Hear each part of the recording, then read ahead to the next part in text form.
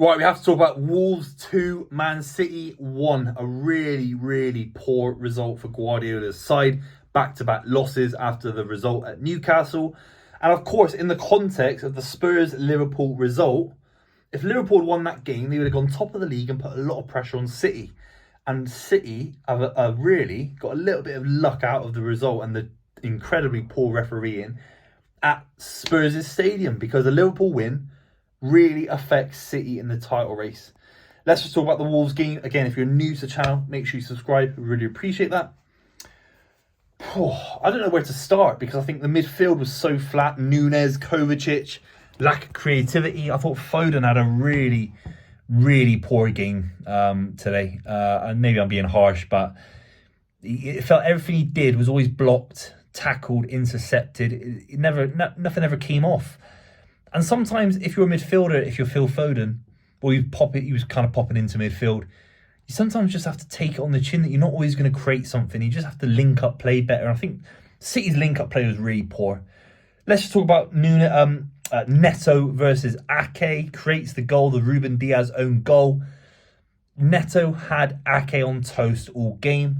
And this is the issue of playing four centre-backs. Obviously, Kyle Walker played today, but obviously at points City have played four centre-backs. And when you get isolated with someone as brilliant as Neto clearly is, a guy that was amazing against Liverpool a few weeks ago, so his standard's very high, he had Ake on toast. You get your centre-backs isolated up wide. I mean, when I was a kid, you never want your centre-backs anywhere outside the box, because they're not quick enough. Imagine Steve Bruce playing at left-back, right-back. Obviously, centre-backs are more mobile these days, and Ake's certainly mobile, but they're not full-backs. And there's a big difference in terms of naturalised fullbacks. A Ben Chilwell, a Kyle Walker, Danny Rose, let's say 5 years ago, as just an example. Evra, naturalised fullbacks, a little bit more diminutive, a little bit more used to being up and down, aren't going to get beat by Neto in the same way. And the way Neto glided past him was electric, fantastic. He'll be playing at a big, big club very soon, mark my words. And then Diaz slices it into the roof of the net, and you just think this really poor body position. Like, I'm a City fan. I've been all my life. When I was growing up, it was Richard Dunn scoring those kind of goals. So Ruben Diaz to be scoring them is crazy. Obviously, it's unlucky. And Richard Dunn was the GOAT at scoring them goals, trust me. So let's be completely real. We're 1-0 down, frustrated. And then Julian Alvarez steps up with the kind of free kick that if we get a point and we leave Molineux with a point, it's just get over the line. You don't need to win every game at the start of the season. As long as you don't lose too many, just a few draws, fine. And the free kick was unbelievable. It was De Bruyne-esque. It was Yaya Toure-esque. He scored a great free kick against, I want to say, Hull City. Maybe I'm wrong about that, but he scored one like that. You know, it's a great technique. Should Sarr do better? I think there is an argument for that, because Sarr's thing is he's a very tall keeper, and you do think, could he get across the net a little bit quicker? Who knows? But then City were just so open. I think it was Neto again having Ake on toast. I think it's him who sets it up for Hwang, who was very dangerous all game. If he wasn't able to get a shot off or be direct, he was always linking play up very well. Almost better than Alvarez and Haaland were able to do. And then he gets his goal. I thought he was fantastic. Again, if we're being consistent in the Premier League, he should have been sent off, because if Jota gets sent off for those two, Hwang should be sent off. And I don't think either of them should be sent off. If we're being consistent, though, maybe he should have been. A couple of high challenges. I'm not going to sit. If you're a Wolves fan thinking I'm making up excuses, no way. Way better than us. Gary O'Neill's a fantastic manager. I've always backed him. You look at all my videos. When they sacked him at Bournemouth, I thought it was an absolute disgrace. And look at Bournemouth now. They're getting piped week in, week out. Gary O'Neill made them manageable. Not easily beatable.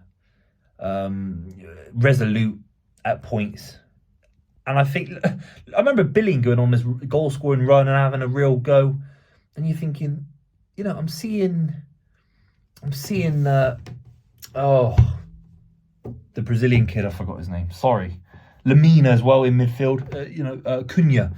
Beautiful midfield, powerful, big in the challenge, electric. So he's got them already, like Bournemouth last season, that kept them up. It's a massive stroke from Wolves to get Gary O'Neill in. Massive stroke. And he deserves all the credit in the world. It's probably the biggest win of his career. and he's done so well. Where does City go from here? No Rodri for the Arsenal game. The midfield's so flat. Calvin Phillips, there's a narrative around that again. He starts against Newcastle. He plays a lot against Forest. And he's not trusted against Wolves away. And Núñez was the wrong decision. It really was the wrong decision. Now, you could argue maybe someone else could go up front. Maybe you could have Kovacic at the base, but he chose Núñez at the base, Mateus Núñez. He shied away from the crowd during. He didn't. Some players love it. They love the banter. Some players want to be loved. Some players want to be hated, and he does not want to be hated. And he doesn't. Does he deserve the booing? He was there for a season. Did well, kept them up.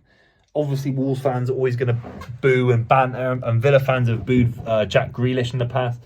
But Jack Grealish has lived up to that, and he's played almost better when he's getting slagged off. Núñez, a little bit shy today, a little bit shy.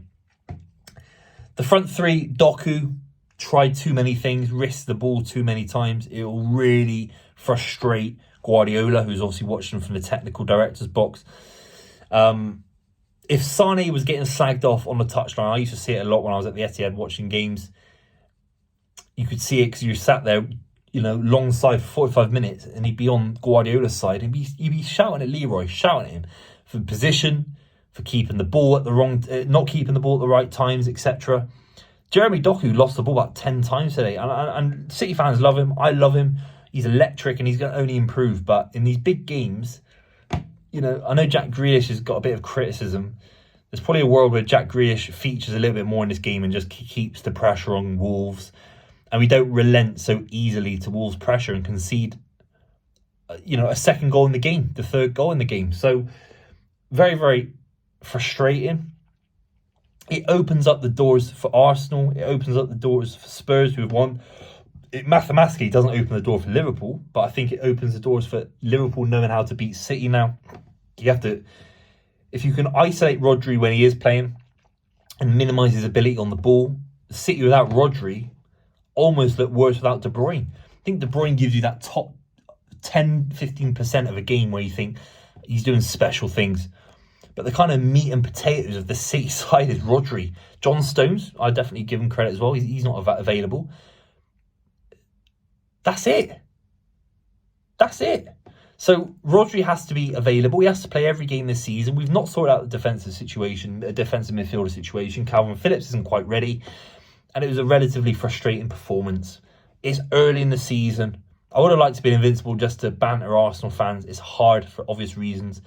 We've lost 2-1 to Wolves. Let me know what you think in the comments down below. And please subscribe. And I'll see you very, very soon.